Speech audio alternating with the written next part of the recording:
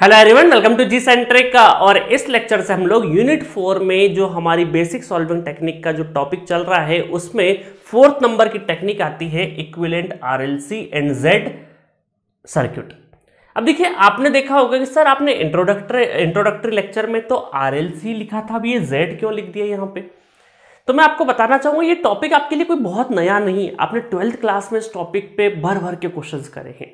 ठीक है, चलिए मैं बता देता हूं Z क्यों मैंने लिखा है। और Z का मतलब क्या होता है, इंपीडेंस होता है, जो कि आगे जब मैं AC एनालिसिस पढ़ाऊंगा तब उसके बारे में बहुत Z के बारे में बहुत लंबी चौड़ी डिटेल देने वाला हूं।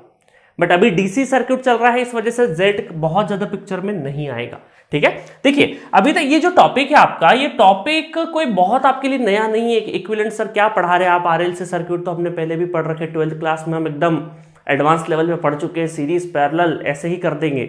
अभी मैं क्वेश्चन दूंगा, है ना, क्वेश्चन दूंगा, आप ट्राई करना, और ट्राई करोगे तो गलत भी होंगे क्वेश्चंस। ठीक है, और फिर पता लगेगा कि अच्छा ये कुछ अलग है, थोड़ा सा डिफरेंट लेवल पे हमें सोचना है। ठीक है, क्योंकि नेटवर्क थ्योरी में सेम जो सीरीज पैरेलल के कॉम्बिनेशन से कई बार पेचीदा नेटवर्क में हमें समझ नहीं पड़ती सीरीज पैरेलल किस तरीके से हो रहे हैं। तो आपको आहिस्ता आहिस्ता एक एक क्वेश्चन जब मैं कराऊंगा तो ऑटोमेटिक आपको समझ में आने लगेगा। अभी मैं आपके पुराने नॉलेज को थोड़ा सा रिफ्रेश कर देता हूं। पुराना नॉलेज इसलिए रिफ्रेश करना जरूरी है क्योंकि थोड़ा सा याद दिला देता हूं।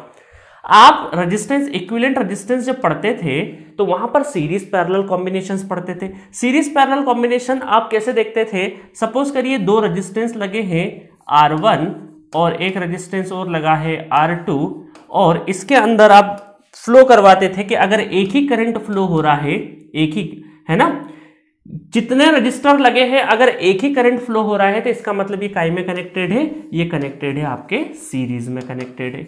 और अगर आपके पास अरेंजमेंट कुछ इस तरीके से है कि यहाँ पे रेजिस्टेंस R1 इस तरीके से लगा है, रेजिस्टेंस R2 यहाँ लगा है, और इन दो टर्मिनल के अक्रॉस आपसे पूछा है A और B, बताओ कि ये पैरेलल है या सीरीज है, तो आप 12th क्लास तक ऐसे पहचानते थे, करंट फ्लो करा के देखते थे, I करंट अगर यहाँ जाएगा तो ये I1 हो जाएगा, ये I2 करंट, है ना, रजिस्टर के हिसाब से यहाँ पर करंट की वैल्यू डिवाइड हो जाएगी। और ये जब दो डिफरेंट करंट अगर फ्लो हो रहे हैं, दो डिफरेंट करंट फ्लो हो रहे हैं, इसका मतलब है कि ये क्या है, कॉम्बिनेशन, पैरेलल कॉम्बिनेशन। तो बहुत सारे स्टूडेंट 12th क्लास तक, है ना, मैं बोल सकता हूँ ये पैरेलल कॉम्बिनेशन है, पैरेलल।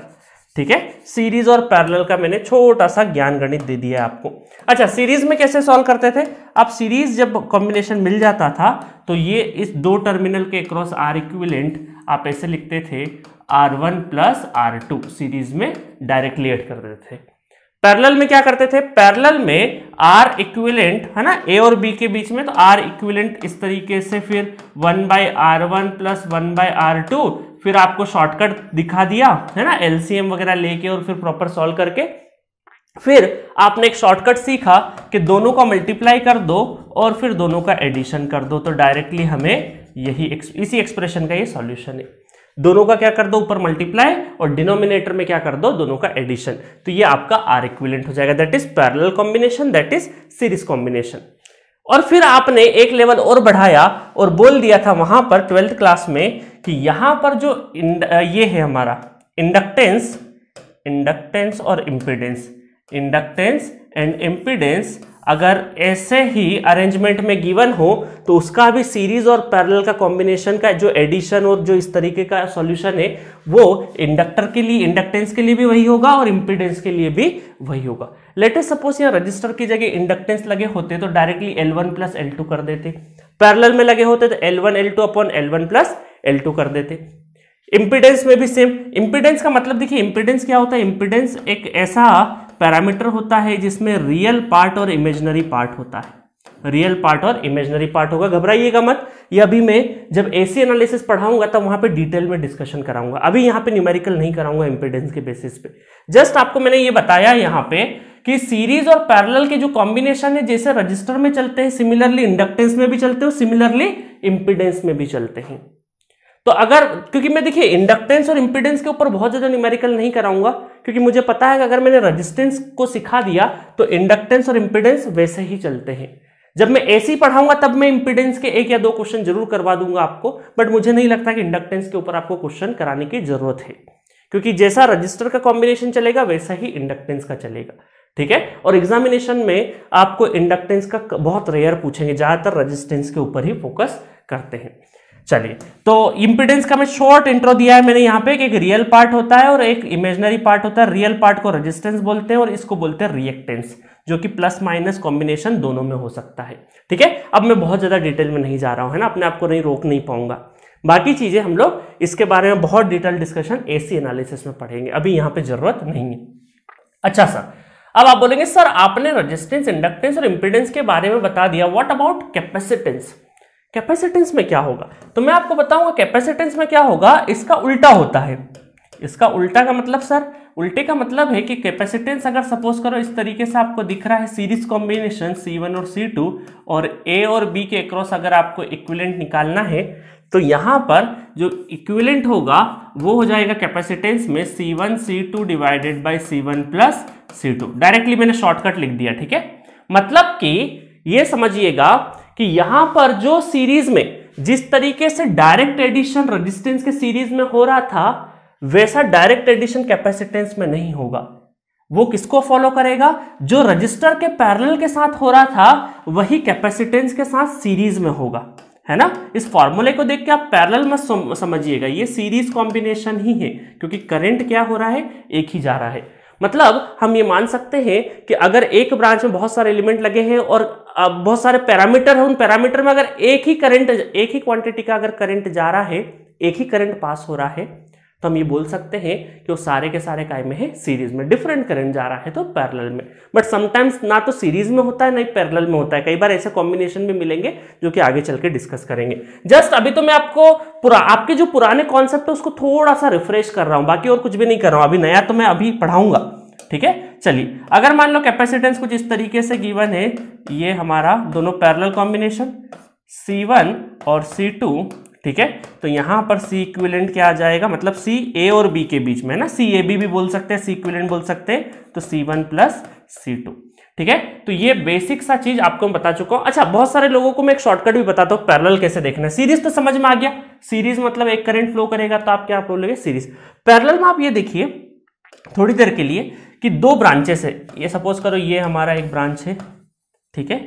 इसका ये मान लेते हैं हम लोग अपर, मतलब ये मान लीजिए हमारी तरह एक इंसान है जिसका ये क्या है आपका सर, हेड है, हेड, ठीक है। और ये हम लोग फुट बोलते हैं, फुट इसके पैर है और ये सर है। तो अगर कोई दूसरा एलिमेंट है जिसका सर से सर टकरा रहा है और हेड से हेड मतलब फुट से फुट टकरा रहा है, मतलब सर से सर जोड़ दो और पैर से पैर जोड़ दो, तो ये क्या कहलाता है, हमारा पैरेलल कॉम्बिनेशन। तो ये मैंने शॉर्टकट बता दिया है ना कि दो एलिमेंट के सर से सर टकरा जाए और पैर से पैर मिल जाए तो इसका मतलब वो क्या है, पैरेलल अरेंजमेंट। बाकी करंट के डेफिनेशन से तो आपको टेक्निकली आप बोल ही सकते हो, इंटरव्यू मत बोल देना है ना ऐसा कि सर से सर टकरा रहा है और पैर से पैर होगा तो पैरेलल कॉम्बिनेशन हो जाएगा। ये सिर्फ आपको समझाने के लिए, अदरवाइज करंट से बेहतर तरीके से आप जानोगे टेक्निकली कि करंट, डिफरेंट करंट फ्लो हो रहे हैं, इसका मतलब वो पैरेलल अरेंजमेंट है, ठीक है। चलिए, अब ये डिफरेंट करंट और इन सब चीजों में भी बहुत सारे लूप होल्स है जो आपको अभी समझ में बहुत सारी चीजें होगी कि सर थोड़ा सा क्लियर नहीं हो पा रहा है, बट कोई दिक्कत नहीं है। जैसे जैसे आप क्वेश्चंस करते जाओगे, एक एक क्वेश्चन करते जाओगे, ऑटोमेटिक सब समझ में आएगा। तो ये तो मैंने आपकी 12th क्लास का एक रिवीजन सेशन करा दिया है सीरीज पैरेलल का। अब चलते हैं असली कहानी पे। चलो, तो क्वेश्चन नंबर 53 है, अभी 54 को मत देखना, सिर्फ फोकस करना 53 क्वेश्चन नंबर पे। अब जल्दी से मुझे बताओ कि इस अरेंजमेंट में R इक्विवेलेंट क्या होगा। आप में से बहुत सारे महारथी जो बहुत सीरीज पैरेलल के ऊपर पूरा SC वर्मा या एरोडो वगैरह करके बैठे होंगे फिजिक्स में, वो क्वेश्चन आराम से बना देंगे, बट बहुत सारे लोगों को कहीं ना कहीं डाउट होगा। चलिए, जनरली मैं जब ऑफलाइन क्लास लेता हूं ये दोनों क्वेश्चंस लगभग 80% क्राउड गलत करके बैठता है ना। फिर उन्हें लगता है कि हाँ अब कुछ हम नया सीखने के लिए बैठे, क्योंकि गलत हो गया है, इसका मतलब पुराना नॉलेज काम नहीं आ रहा है 11th-12th का। क्योंकि नॉर्मली क्या होता है ना, इक्विवेलेंट RLC सर्किट पढ़ाते तो स्टूडेंट काफी कॉन्फिडेंट होते हैं, अरे सर ये तो हमें आता है, बट जैसे एक दो क्वेश्चन में हवा निकलती है तब लगता है अरे सर थोड़ा सा रिवाइज करना पड़ेगा या ढंग से समझना पड़ेगा, है ना। तो अभी आप जब सीखना हो ना तो बिल्कुल ऐसा समझ लीजिएगा, हाँ सिखाओ हमें, हर एक छोटी छोटी चीज सीखेंगे, तो वैसे ही आपका एटीट्यूड होना चाहिए। चलो अभी सीखेंगे। अब देखिए यहां पर थोड़ी देर के लिए अगर हम लोग सीरीज, देखिए नॉर्मली स्टूडेंट क्या करते हैं, सीरीज पैरेलल कॉम्बिनेशन को ही देखते हैं। सीरीज पैरेलल कॉम्बिनेशन को अगर आप देखेंगे तो सपोज करिए दो टर्मिनल है और मैं अगर यहां से करंट इंजेक्ट करवाऊं, अब आप ये मत बोल देना सर ये तो ओपन सर्किट है, करंट कैसे फ्लो करेगा। मैं यहाँ पे बैटरी लगा के फिर करंट फ्लो कराऊंगा, है ना, ऐसा ओपन सर्किट में नहीं फ्लो कराऊंगा।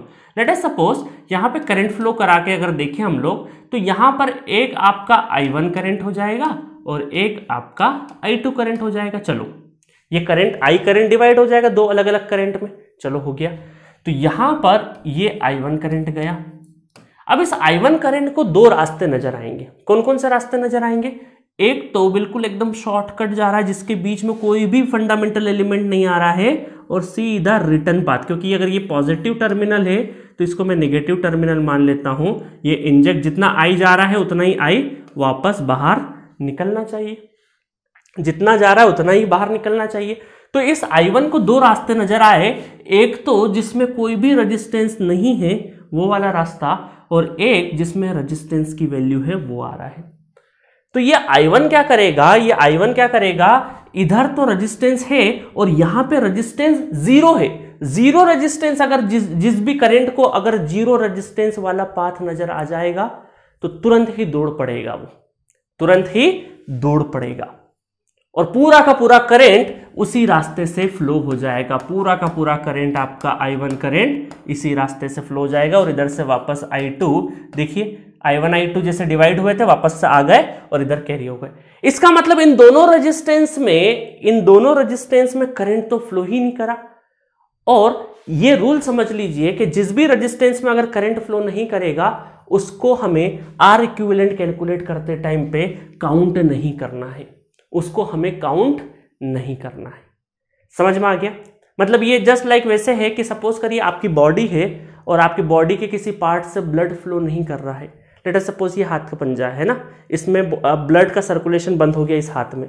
इसका मतलब क्या है, ये बॉडी में रहते हुए भी अटैच है बॉडी से, बट फिर भी इसका कोई काम नहीं है क्योंकि इसमें ब्लड का सर्कुलेशन नहीं हो रहा। अब ये थोड़े दिन बाद सड़ने लगेगा, इसको अगर नहीं काटा तो पूरी बॉडी को डैमेज कर देगा, है ना। डरिए मत, एक एग्जांपल है ताकि याद रहेगा लंबे टाइम की।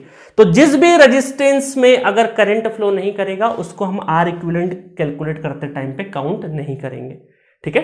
थोड़ा सब्र रखना इस वाली लाइन में, ये समझाऊंगा। थोड़ा सा ये दो क्वेश्चन कंप्लीट कर दो उसके बाद सब कुछ समझ में आ जाएगा, ठीक है। चलिए, तो इसका मतलब आप क्वेश्चन कैसे सॉल्व कर दें। क्वेश्चन सॉल्व करने के लिए हमारे पास बड़ा आसान तरीका है कि अब ये काउंट तो हो नहीं रहा है, इसका मतलब हम ये बोल सकते हैं कि ये रेजिस्टेंस, ठीक है, और ये रेजिस्टेंस, ठीक है, ये हो गया। और यहां से हमें R इक्विवेलेंट कैलकुलेट करना है और ये हो गया हमारा 1 ओम और ये हो गया 1 ओम। तो देखो इसका ये दोनों पॉइंट क्या हो गए, एक ही पॉइंट मैच हो गए, एक ही पॉइंट मैच हो गए ना। तो इसका मतलब इन दोनों रेजिस्टेंस का सर से सर और इन दोनों के पैर से पैर, क्योंकि एक ही पोटेंशियल है, दोनों का पोटेंशियल एक ही है, इन दोनों को क्लब करके मैं यहाँ पे रख दूं तो भी कोई दिक्कत नहीं है। इसका मतलब ये दोनों काय में है, पैरेलल में है। तो R इक्विवेलेंट कितना हो जाएगा पैरेलल में। देखिए एक चीज और बताता हूं, पैरेलल में कैसा हुआ, 1 × 1 डिवाइडेड बाई 1 + 1, इसका मतलब 1 डिवाइडेड बाई 2। अब देखिए एक ही वैल्यू के अगर पैरेलल में है तो डायरेक्टली जो भी वैल्यू उसका आधा हो जाता है ना। बार बार ये हम लोग मल्टीप्लाई और एडिशन करके नहीं देखेंगे, डायरेक्ट अगर सेम वैल्यू का पैरेलल में है तो डायरेक्टली हाफ कर देंगे, ठीक है। ये धीरे धीरे आप सीख जाओगे और वैसे आता होगा आपको। चलो आगे बढ़ते हैं इस क्वेश्चन की कहानी। अब आप पिछले क्वेश्चन को पढ़ के सेटिस्फाई होके इस क्वेश्चन में आप लॉजिक लगाओगे। इसमें लगाओगे तो सर आपने बोला था एक positive terminal negative terminal, suppose करो यहां से करंट इंजेक्ट करा दें अगर हम लोग, तो इधर करंट जाएगा I1, इधर जाएगा I2 और इधर जाएगा I3 करंट। और अब आप बोलोगे कि सर ये जैसे I2 करंट है तो अब इसको दो रास्ते नजर आए, एक रास्ता तो ये नजर आया पूरा का पूरा और एक रास्ता ये नजर आया, ठीक है, एक रास्ता ये नजर आ रहा है।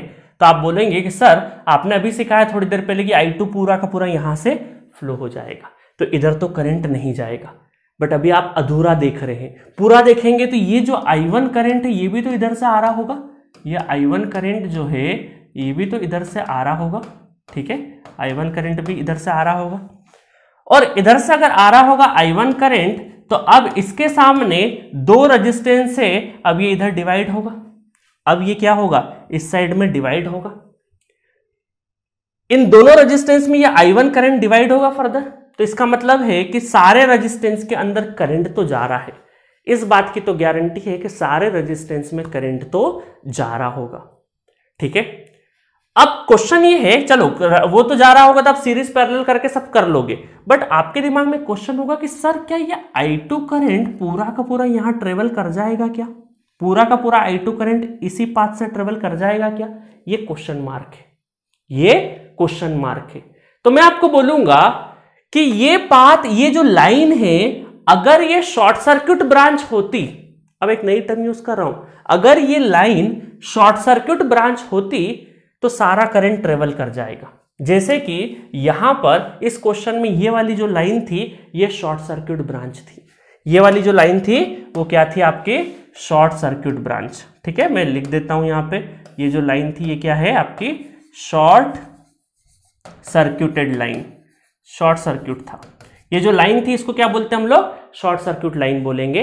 तो जब भी शॉर्ट सर्किट होगा इसका मतलब है कि जीरो, शॉर्ट सर्किट जब भी होगा या शॉर्ट सर्किट लाइन अगर किसी सर्किट में रहती है तो सारा का सारा करंट उसी से पास कर जाएगा, ये बात ध्यान रखना।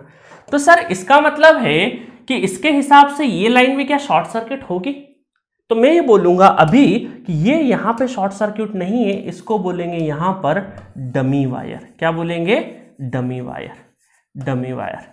अब आपके दिमाग में क्वेश्चन होगा कि सर ये क्या बात हुई? एक जगह तो हम एज इट इज हमें सिंबल नजर आ रहा है, यहां पर भी वैसे ही नजर आ रहा है, इस I2 करंट को एक ही रास्ता।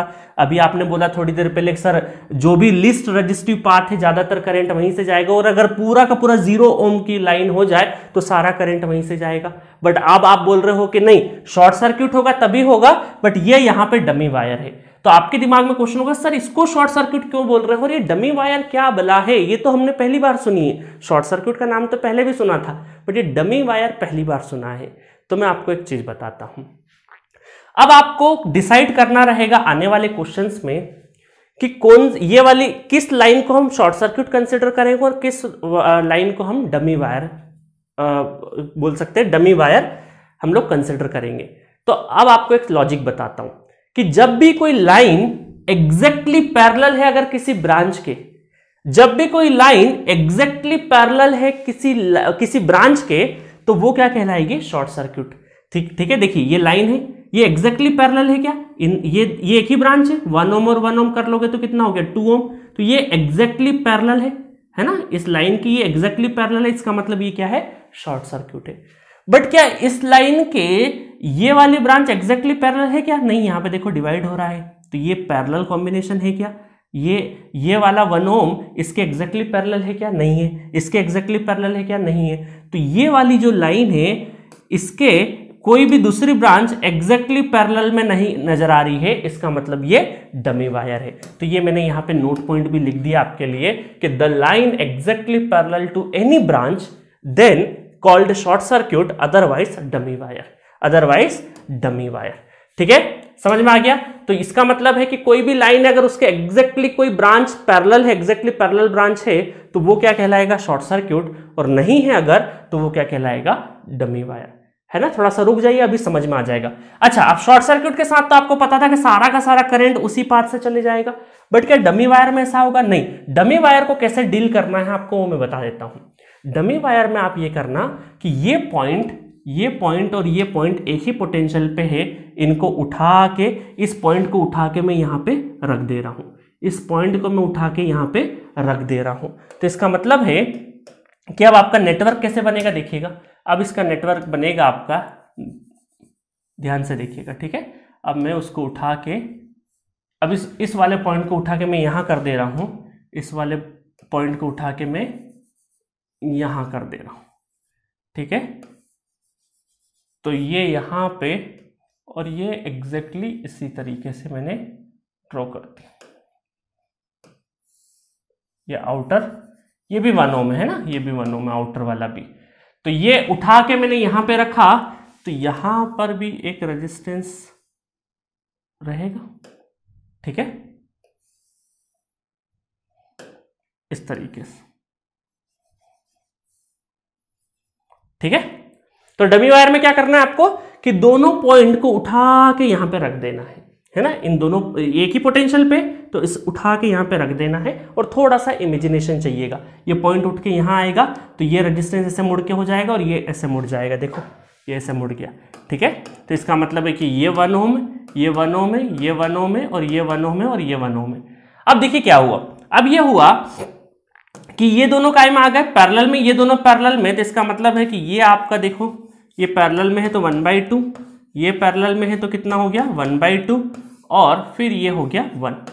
अब ये दोनों कायम आ गए, एक ही ब्रांच है, एक ही करंट फ्लो करेगा, तो ये दोनों सीरीज में देन पैरेलल, तो आर इक्विवेलेंट क्या हो जाएगा, आर इक्विवेलेंट हो जाएगा आपका, आर इक्विवेलेंट हो जाएगा 1/2 पैरेलल टू 1/2 प्लस 1, ठीक है। तो यहाँ पे फाइनल आंसर कितना आ जाएगा, ये हो जाएगा आपका 3/2, तो 1/2 इंटू 3/2 डिवाइडेड बाय 1/2 प्लस 3/2, ठीक है। तो ये हो जाएगा आपका 3 डिवाइडेड बाय 4 और ये हो गया आपका 4 डिवाइडेड बाय 2, 2 2 दूनी 4, तो 3/8 ओम इज द आंसर, ठीक है। मजा आया, ठीक है, तो मजा आ रहा होगा थोड़ा। तो अब आपने एक कॉन्सेप्ट सीखा है कि जब भी इस तरीके की कोई लाइन हमें दिखेगी तो हम ये देखेंगे कि उसके एग्जैक्टली पैरेलल कोई ब्रांच है क्या, अगर वो होगी तो शॉर्ट सर्किट होगा और शॉर्ट सर्किट में उसके जो एग्जैक्टली पैरेलल वाली ब्रांच है उसमें करंट नहीं जाएगा। देखो ये एग्जैक्टली पैरेलल वाली ब्रांच में करंट ही नहीं गया, ये हमने कॉन्सेप्ट सीख लिया। बट यहाँ पे डमी वायर जब होगा, डमी वायर कब होगा वो ऑलरेडी मैंने बता दिया, तो उसके जो एग्जैक्टली पैरेलल तो कोई होगा नहीं, तो इसके आसपास की जो ब्रांचेस है वहां पर करंट जाएगा। और डमी वायर के साथ कैसा व्यवहार करना है, उन दोनों पोटेंशियल को उठा के एक जगह पे पुट कर देना है, ठीक है, जिस तरीके से हमने ये किया है क्वेश्चन में। मजा आया? चलिए एक दो क्वेश्चन और देखते हैं, ये नोट पॉइंट बहुत ध्यान से देखना। चलो अभी बहुत सारे स्टूडेंट होंगे सर अभी भी थोड़ा सा अधूरा अधूरा लग रहा है, बट कोई दिक्कत नहीं, कुछ क्वेश्चंस करोगे तो पूर्ण हो जाओगे, ठीक है, ये अधूरापन नहीं रहेगा। चलिए question number 55, find R equivalent. अब मुझे बताओ ये वाली जो लाइन है ये क्या है, डमी वायर है या शॉर्ट सर्किट ब्रांच है? आप क्या बोलोगे, इस वायर को क्या बोलोगे? तो आप ये देखिए इस वायर के क्या एग्जैक्टली पैरेलल कोई ब्रांच है क्या? नहीं, क्योंकि देखिए एग्जैक्टली पैरेलल नहीं है ये। क्यों? क्योंकि आपने देखा कि ये जब यहां पर क्या हो रहा है आपका एक और ब्रांच जुड़ जा रही है, एक और डिवीजन हो जा रहा है करंट का, इसका मतलब ये वाली जो ब्रांच है ये एग्जैक्टली पैरेलल नहीं है, इसका मतलब ये क्या है, डमी वायर है। क्या बोलेंगे इसको हम लोग, डमी वायर। और डमी वायर का मतलब है कि दोनों पोटेंशियल क्या है, एक ही है, ये दोनों पोटेंशियल एक ही है। तो यहां पर हम क्या कर देंगे, देखिएगा ध्यान से, यहां पर डमी वायर है, इसका मतलब है देखिएगा, ठीक है। तो हमने क्या किया, इन दोनों पोटेंशियल को एक ही पॉइंट मान लिया और दोनों को क्लब कर दिया, दोनों को ज्वाइंट कर दिया, दोनों को ज्वाइंट कर दिया, ये कुछ इस तरीके से ज्वाइंट हुआ, ठीक है। तो यहां पर अब आपको क्लियरली नजर आ रहा होगा ये कितना है 4, ये है 1, ये है 2 और ये है 2, ठीक है, ये हो गया 2। तो अब दोनों क्या हो जाएगा यहाँ पे, ये 2 और 2 पैरेलल, तो 2 और 2 का पैरेलल क्या हो जाएगा 1, और ये क्या हो जाएगा 4 × 4। तो हम ये बोल सकते हैं कि यहाँ पर इसका एक और नज़र वो बना देता हूँ मैं, तो ये हो जाएगा 4 डिवाइडेड बाई 5 और ये हो जाएगा आपका 1, ठीक है। और ये आर इक्विवेलेंट कितना नजर आ गया, दोनों क्या है सीरीज में, देन प्लस हो जाएगा, तो 4/5 प्लस 1 दैट इज 5, तो 9/5, 9/5, सो 9/5 आ गया। देखिए अब बहुत सारे स्टूडेंट क्या करते हैं, गलती कहाँ होती है, देखिए ये बहुत इंपॉर्टेंट है, गलती यहाँ पे ये करते हैं कि देखिएगा यहाँ पर बहुत सारे स्टूडेंट, देखिएगा गलती कहाँ होती है, इसको बनाते टाइम पे ये ऐसा कर देते हैं, एक लाइन खींच देते हैं, ठीक है, एक लाइन खींच देते हैं,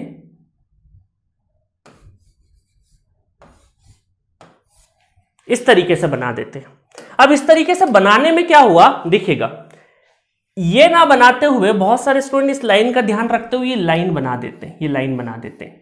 जब ये लाइन बना देंगे इस अरेंजमेंट के साथ में भी, जब आर इक्विवेलेंट निकालोगे तो वो तो सही आएगा, उसकी वैल्यू में दिक्कत नहीं होगी, बट आगे चल के अगर इस ब्रांच में करंट पूछ लिया तब आपका आंसर गलत हो जाएगा इस अरेंजमेंट के साथ में।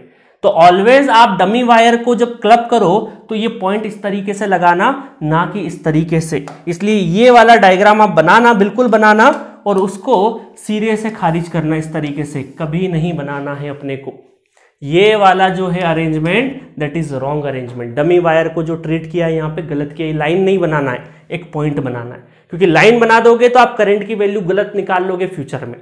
ठीक है, तो आपको डमी वायर के साथ क्या करना है, जस्ट एक पॉइंट को क्लब कर देना है। अभी तो नहीं आएगा इस क्वेश्चन में, तो आर इक्विवेलेंट दोनों अरेंजमेंट से सही आ जाएगा, बट फ्यूचर में मिस्टेक हो जाएगी, इस वजह से ये बनाना और ऐसे कट करना, इस तरीके का अरेंजमेंट नहीं। डमी वायर का मतलब है एक पॉइंट। चलिए नेक्स्ट क्वेश्चन पे चलते हैं।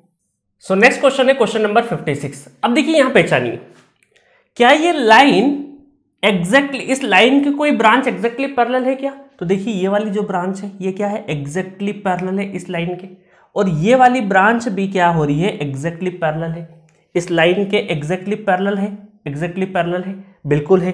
तो हमें पता है कि जब भी कोई लाइन एग्जैक्टली किसी ब्रांच के पैरेलल है तो ये क्या कहलाएगी, इस बार ये कहलाएगी short circuit, short circuit branch.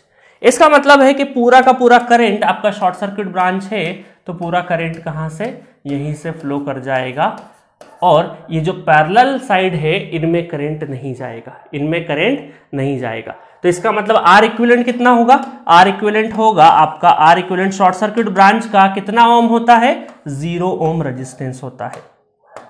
ठीक है, तो 0 ओम रेजिस्टेंस होता है शॉर्ट सर्क्यूट ब्रांच का। ये ऑलरेडी मैं आपको बेसिक लेक्चर में बता चुका हूं, ओपन सर्क्यूट का रेजिस्टेंस इनफाइनाइट और शॉर्ट सर्क्यूट का ब्रांच का रेजिस्टेंस 0 ओम हो जाएगा। ठीक है, देखिए इस क्वेश्चन में से अब आपको थोड़ा सा अंदाजा होने लगा होगा कि कब आपको डमी वायर बोलना है और कब आपको शॉर्ट सर्क्यूट वायर बोलना है। डमी वायर के साथ में एक क्लब करके एक पॉइंट बना देना है, इस तरह का अरेंजमेंट मत बनाना है ना, आगे क्वेश्चंस होंगे, मैं बताऊंगा कहां पे गड़बड़ होगी। ठीक है, चलिए आगे बढ़ते हैं। अब थोड़ा सा कॉन्फिडेंस आ गया होगा कि डमी वायर और शॉर्ट सर्क्यूट का मतलब क्या है। चलिए कुछ नेक्स्ट क्वेश्चन और करते हैं। Question number 57, find R A B. R A B मतलब कि ये 2 पॉइंट है, यहां से जब हम देखेंगे तो इक्विवेलेंट रेजिस्टेंस बताना है। तो ये बहुत ही सिंपल है, इस तरह का अरेंजमेंट कई बार समझ में नहीं आए तो आप ये कर सकते हैं कि इस ए को इधर उठा के रख दो और बी को उधर रख दो, और ये शॉर्ट सर्क्यूट ब्रांच को अंदर की साइड में ले जाओ, है ना, इस शॉर्ट सर्क्यूट ब्रांच को उठा के अंदर की साइड में पटक दो, तो ये कुछ इस तरीके का अरेंजमेंट हो जाएगा, है ना। देखिएगा अरेंजमेंट कुछ इस तरीके से हो जाएगा। ठीक है, ये अरेंजमेंट कुछ इस तरीके से हो जाएगा, ये अंदर रख दिया शॉर्ट सर्क्यूट और ये रख दिया हमने ए और बी। अब आपके लिए देखना आसान हो गया, अब आपके लिए देखना क्या हो गया, आसान हो गया, है ना। इस ए और बी को ऐसे खोल दिया और ये ब्रांच को उठा के अंदर ले गए। ठीक है, चलो तो अब इसका मतलब है, देखिए यहां पर क्या ये वाली लाइन, ये लाइन ये डमी वायर है या शॉर्ट सर्क्यूट है। तो आप क्या देखेंगे, क्या ये एग्जैक्टली पैरेलल है क्या, नहीं है, क्योंकि यहां पे देखो करंट डिवाइड हो रहा है ना। ये लाइन नहीं होती तो हम ये बोलते हैं एग्जैक्टली पैरेलल है, बट ये लाइन यहाँ पे इस पॉइंट पे डिवाइड होगा कुछ ना कुछ करंट, तो इसका मतलब ये वाली ब्रांच एग्जैक्टली पैरेलल नहीं है। तो हम ये बोलेंगे कि ये लाइन अगर एग्जैक्टली पैरेलल नहीं है तो ये है आपका डमी वायर। क्या है ये आपका डमी वायर। डमी वायर इसका मतलब ये दोनों पॉइंट को क्या कर देंगे, क्लब करके एक पहुंचा देंगे, है ना। एक जैसे ही पहुंचा दिया तो इनके पहले रेजिस्टेंसेस देख लेते हैं, ये कितना कितना है, 4 2 1 2। तो इसका मतलब है देखिए क्लब करके ये कुछ इस तरीके से हमें ये पॉइंट, है ना। लाइन नहीं बनाना, लाइन बना दोगे तो गड़बड़ हो जाएगी भविष्य में। अभी तो ठीक है, अभी तो आप आंसर निकाल लोगे, क्योंकि इक्विवेलेंट रेजिस्टेंस में दिक्कत नहीं होगी, करंट में दिक्कत होगी। तो ये 4 2 है ना, ये दोनों पॉइंट क्लब कर दिए, तो ये हो गया 1 और ये हो गया 2। तो कितना हो गया, ये आपका अरेंजमेंट 4 × 2 डिवाइडेड बाय ये हो गया 6 4 + 2, और ये हो गया 1 × 2 डिवाइडेड बाय 1 + तो 3 कर दिया मैंने। ठीक है, और ये ऐड हो जाएगा, और ए और B that is R A B, R A B. ठीक है, चलो तो सॉल्व कर दीजिए जल्दी से। सॉल्व कर देंगे तो कितना हो जाएगा, 8 डिवाइडेड बाय 6 और 3 नॉट 3 2 डिवाइडेड बाय 3, 2 3 6 2 चौक 8, और ये हो जाएगा 6 डिवाइडेड बाय 3, तो 3 दूना 6। 2 ohm is the equivalent R A B. ठीक है, तो यहां पर भी हमने देखा कि डमी वायर और शॉर्ट सर्किट को पहचानना बड़ी आसानी से पहचान लिया हमने। चलिए आगे चलते हैं। What is the R A B in the circuit when all resistance values are R. ठीक है, तो यहां पर भी क्या करेंगे, ए और बी को उठा के ऐसे कर देंगे और ये वाली जो ब्रांच है इसको उठा के अंदर पटक देंगे, है ना। तो यहां पर भी वही चीज हो जाएगी जो अभी हमने जस्ट प्रीवियसली करी। तो यहां पर देखिएगा एक रेजिस्टेंस ऐसा बना है, एक ये बना है, और फिर एक ये बना है, फिर एक ये बना है, ठीक है। और यहां पे उठा के हमने ये लाइन अंदर की साइड में बना दी, और ये उठा के बी पॉइंट इस बाहर लेके आ गए, और ए पॉइंट यहाँ पे लेके आ गए, ठीक है। अच्छा, यहाँ पे ए के साथ में क्या है, रेजिस्टेंस है आर, और सारे रेजिस्टेंस की वैल्यू कितनी, आर आर आर आर। अब मुझे बताओ, अब कौन सी लाइन, यही लाइन, ये लाइन डमी वायर है या शॉर्ट सर्किट है? तो लाइन एग्जैक्टली पैरेलल है क्या किसी ब्रांच के? नहीं है, एग्जैक्टली पैरेलल नहीं है। अब आप ये मत पूछना कि सर ये पैरेलल कैसे देखते हैं, है ना, ये एग्जैक्टली पैरेलल, इतना मैं एक्सपेक्टेशन करता हूं, है ना, क्योंकि ये एग्जैक्टली पैरेलल तब होती तब इसमें पूरी ब्रांच में एक ही करंट फ्लो करता, बट यहाँ पे डिवीजन होगा, ठीक है। तो ये जो लाइन है ये एग्जैक्टली पैरेलल है क्या? नहीं है। तो इसका मतलब ये क्या है, आपकी डमी वायर है, डमी वायर है। और डमी वायर है इसका मतलब है कि दोनों पॉइंट जो है आपके, ये दोनों पॉइंट एक ही पोटेंशियल पे, दोनों को क्लब कर देना है। तो दोनों को क्लब कर देंगे तो क्या हो जाएगा, ये रेजिस्टेंस आर, ठीक है, इन दोनों पॉइंट को क्लब कर दिया हमने, ठीक है, और ये हमारा बी, और ये हो गया ए। अब तो बड़ी आसानी से आप कर ही दोगे, B R R R R R, ठीक है। अब क्या हो जाएगा, r/2 दोनों ऐड होंगे तो कितना हो जाए, है ना, पैरेलल है, सेम वैल्यू, तो आधा कर देंगे r/2, ये भी r/2 कितना हो गया r, और एक r ऑलरेडी है तो कितना हो गया 2r। तो directly 2r is the correct answer for this question, ठीक है। मजा आया, 2r is the correct answer. अब तो आप आसानी से समझ जाओगे कि सर कब हमें डमी वायर बोलना है और कब शॉर्ट सर्किट। अब तो हमारी चुटकियों का खेल है, क्योंकि आपने एक शॉर्ट ट्रिक बता दी है ना। चलिए, find the equivalent resistance of the circuit in the figure is. अब देखिए बहुत थोड़ा सा अजीबोगरीब फिगर नजर आ रहा है। देखिए मैं एक चीज बताता हूँ, नेटवर्क में बाय द टाइम, जैसे जैसे टाइम बीतेगा आपका इमेजिनेशन और देखने का अगर पावर बढ़ता गया, आपकी इमेजिनेशन पावर बढ़ती गई, तो आप नेटवर्क बहुत अच्छे से सीख जाएंगे। क्योंकि देखिए ये अरेंजमेंट देख के तुरंत पिक करना, बार बार ये डायग्राम एग्जाम में थोड़ी डायग्राम बनाएंगे, यहीं से देख लें क्लब हो रहा है, दोनों पैरेलल सीरीज, पैरेलल सीरीज फटाफट उड़ा देंगे हम लोग, है ना, इतना टाइम थोड़ी लेंगे पूरा बना के देखेंगे। तो imagination is more important than knowledge.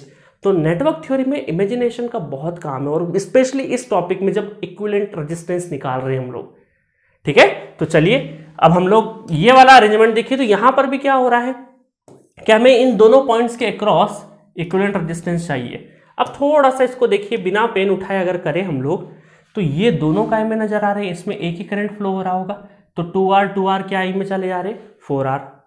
ये दोनों काय में हो रहे, दोनों ऐड हो जाएंगे सीरीज में, क्योंकि इस ब्रांच में भी एक ही करंट फ्लो करेगा, तो R+R कितना हो गया 2R। अब ये जैसे 2R बना तो देखिए ये पॉइंट और ये पॉइंट सर से सर और पैर से पैर जुड़े हुए हैं, तो इसका मतलब है कि ये ब्रांच और ये ब्रांच एक दूसरे के क्या है, पैरेलल है। तो इसका मतलब है कि 2R हो जाएगा, और ये 2R पैरेलल हो गया तो क्या बन जाएगा, R बन जाएगा। ये क्या बन जाएगा, R बन जाएगा। चलो तो हम R बना देते हैं, ये बन गया R, ठीक है। ये क्या बन गया 6R, अभी है, बन क्या गया, पहले से है, ठीक है। और ये क्या बन जाएगा आपका, ये बन जाएगा, ये पहले से क्या है आपका 4R पहले से है, और यहाँ पे 2 और 2 क्या हो गया 4R, 4R पहले से है, ठीक है। और एक 3R हमने नहीं बनाया, चलो वो भी बना देते। अब देखिए और आसान हो गया सर्किट हमारे लिए, ये 4R क्या हो गया, आधा हो जाएगा, तो 2R और फिर सीरीज में तो 3R और 3R क्या हो गया 6R, और 6R का आधा कितना हो गया 3R, तो सी इज द करेक्ट आंसर। वापस चलते हैं, ठीक है, ज्यादा जल्दी हो गया बहुत सारे लोगों के लिए। चलो तो ये मैं 1 बाय 1 बना देता हूं। तो ये दोनों कितना हो जाएगा, ये आधा हो गया, ठीक है, ये आधा हो गया, तो ये 2R, ये R, ये 3R, ठीक है, और ये 6R। अब तो कर लोगे, अब एक और डायग्राम नहीं बना रहा हूं मैं। 2 और 3 और 3 और 3 मतलब तीनों, 3 2 5 और 1 6, तो फिर ये 6 से पैरेलल, तो फिर क्या हो जाएगा, आधा हो जाएगा। अब तो समझ गए, तो 3R आ जाएगा हमारा आंसर, ठीक है। तो ये छोटी छोटी चीजें शुरुआत में करके जरूर देखना, कहीं दिक्कत नहीं हो जाए, पता चले हाँ सोच लिया ये पैरेलल ये सीरीज, इतना शॉर्टकट जरूरी नहीं है। गेट एग्जामिनेशन में हमें भरपूर टाइम मिलेगा, एक छोटा 5 मिनट बचाने के चक्कर में हम लोग एक क्वेश्चन को गलत नहीं कर सकते। इतना बड़ा सेक्रीफाइस आपको नहीं करना है, चाहे 2 स्टेप लिखना पड़े, आप करेक्ट करके ही आइएगा।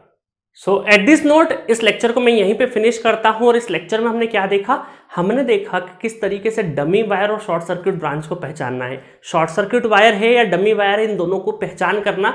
और इस पहचान के ऊपर हमने बहुत सारे न्यूमेरिकल करे और मजा आया। हमने अल्टीमेटली सीख लिया कि कब डमी वायर बोलना है, कब शॉर्ट सर्किट करना, और डमी वायर होगा तो उसको कैसे ट्रीट करना है, ये भी हमने सीख लिया। तो इस पूरे लेक्चर में हमने कुछ अच्छे क्वेश्चंस देखे। नेक्स्ट लेक्चर में अभी खत्म नहीं हुए, टॉपिक बड़ा है। सो नेक्स्ट लेक्चर में हम लोग इक्विवेलेंट रेजिस्टेंस के ऊपर और भी दूसरी टेक्निक से हम लोग इक्विवेलेंट रेजिस्टेंस को सॉल्व करेंगे। इस लेक्चर में डमी वायर और शॉर्ट सर्किट वायर के बारे में मैंने बहुत ही विस्तार से बताया और उसके ऊपर अप्रोप्रिएट मैनर में क्वेश्चंस करवा दी। अब आपको दिक्कत नहीं आएगी, ठीक है।